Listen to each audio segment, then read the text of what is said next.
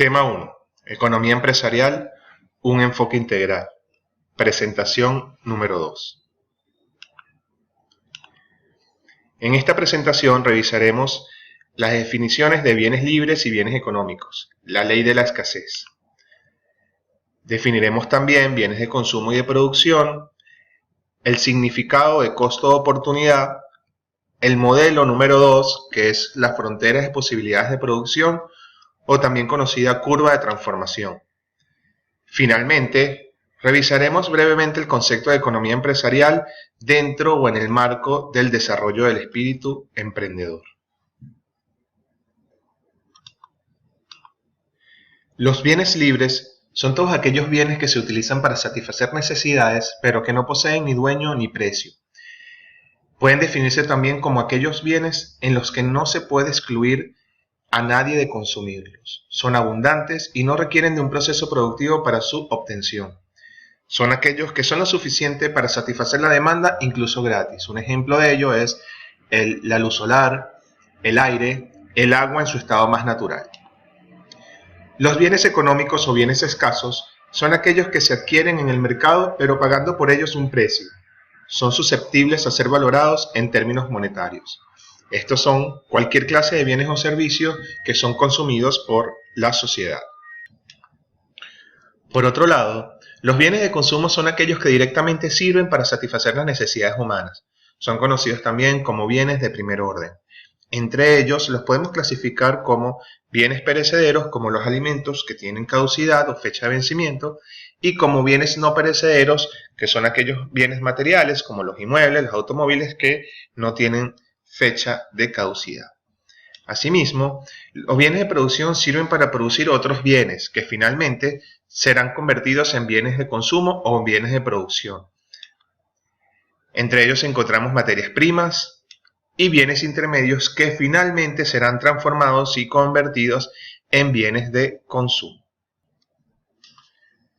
Retomando el tema de la escasez, como mencionáramos en el recurso audiovisual número 1, como uno de los conceptos claves para comprender el estudio de la ciencia económica, podríamos preguntarnos si existe algo que actualmente no tenemos, pero que deseamos tener, o si tenemos algo de lo que quisiéramos tener más.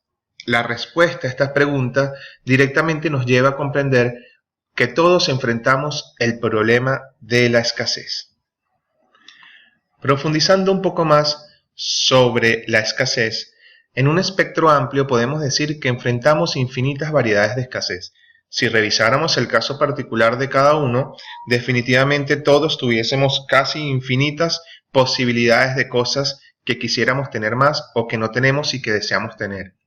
Sin embargo, nuestra habilidad para satisfacer todas nuestras necesidades son originadas por dos limitaciones básicas que son el origen de todas esas necesidades infinitas que cada uno de nosotros tenemos. La primera de ellas es escasez de tiempo. Definitivamente el tiempo es una limitación. Los días solamente tienen 24 horas y en esas 24 horas los consumidores o las familias y las empresas deben decidir cuántas horas de trabajo dedican, cuántas horas de ocio, entendiendo el ocio como mencionáramos en el modelo anterior, como todas aquellas actividades que no son trabajo.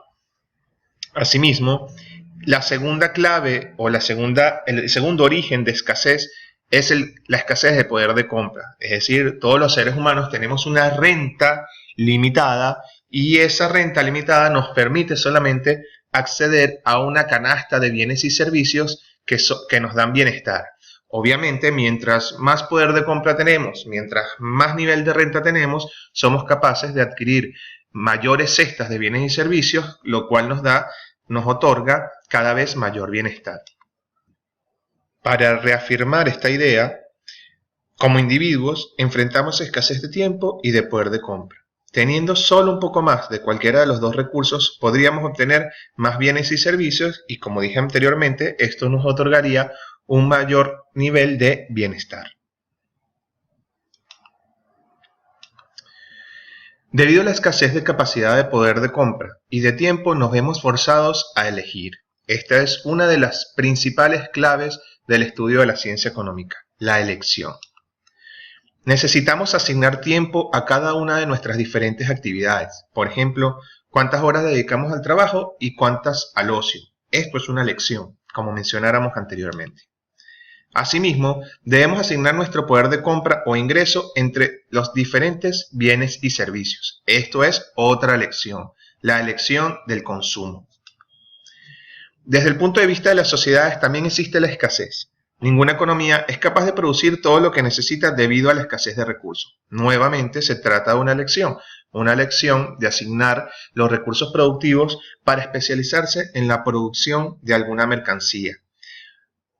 Como dice este punto, ninguna economía produce todo lo que necesita. Este es el principal argumento para que exista el comercio internacional, es decir, el intercambio entre economías o el intercambio entre naciones.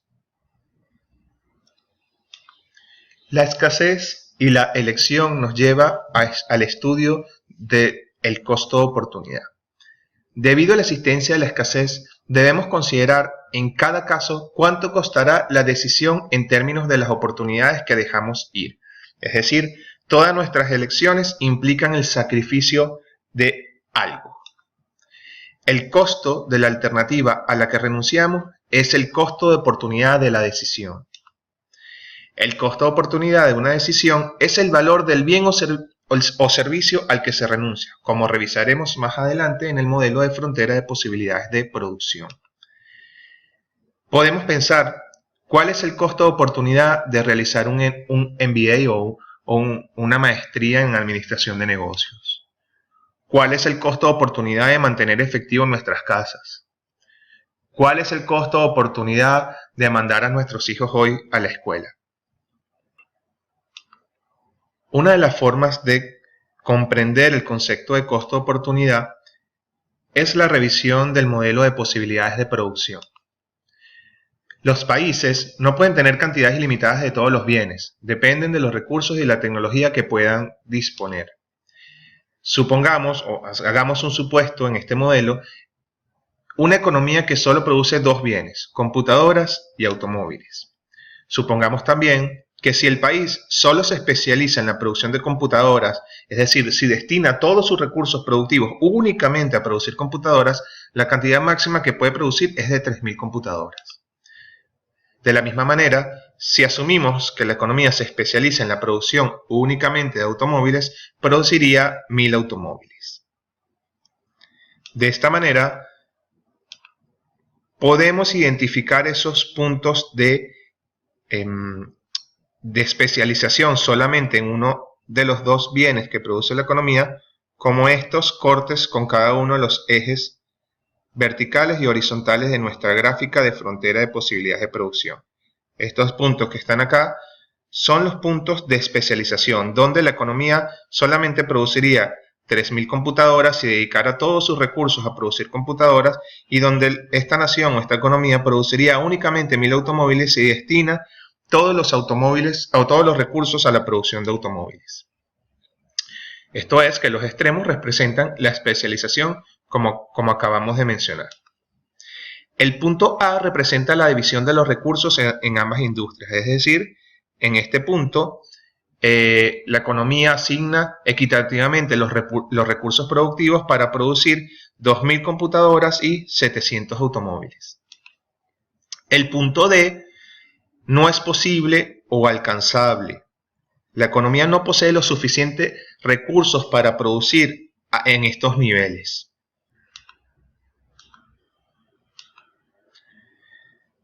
Definamos entonces la eficiencia. Sabremos que estamos en un punto eficiente si para producir más cantidad de un bien debemos renunciar a cantidades del otro bien que produce la economía. ¿Dónde identificamos este punto?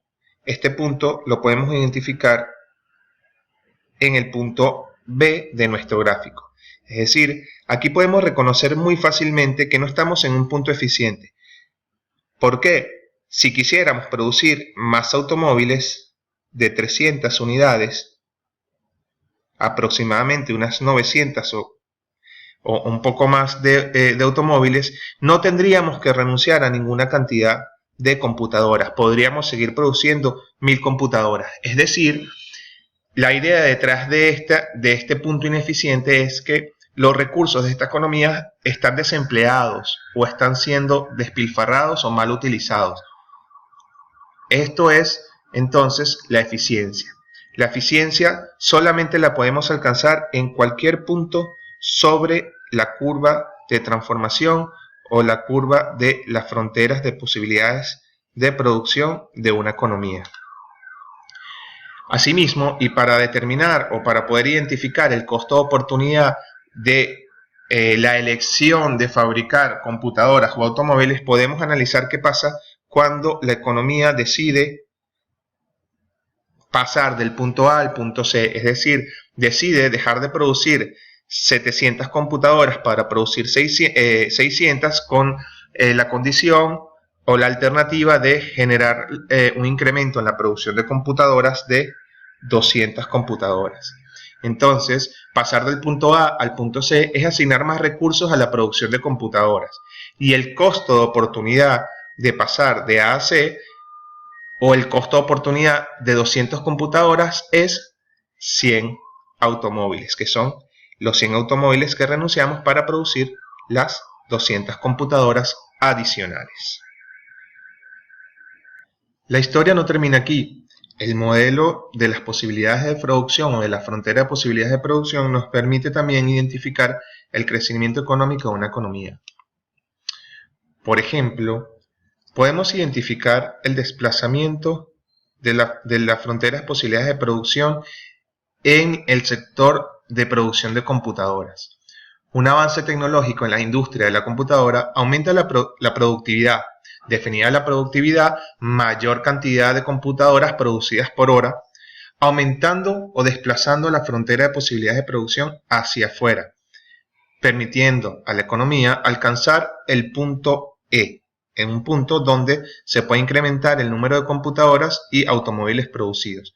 La pregunta inmediata es, bueno, si la innovación tecnológica se produjo en el sector de las computadoras, ¿cómo es que ahora la economía está más capacitada o está más apta para producir más automóviles? Bueno, porque la productividad es un efecto que se desplaza a ambos sectores de la economía, y bueno, si una economía puede producir más en menor cantidad de tiempo, puede liberar recursos para destinarlos a la producción del otro sector económico, en este caso, el sector de los automóviles.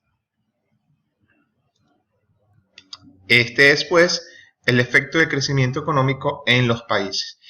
También pudiese ocurrir que el choque tecnológico o el avance tecnológico afecte a las dos industrias por igual y la frontera de posibilidades de producción se traslade en forma paralela,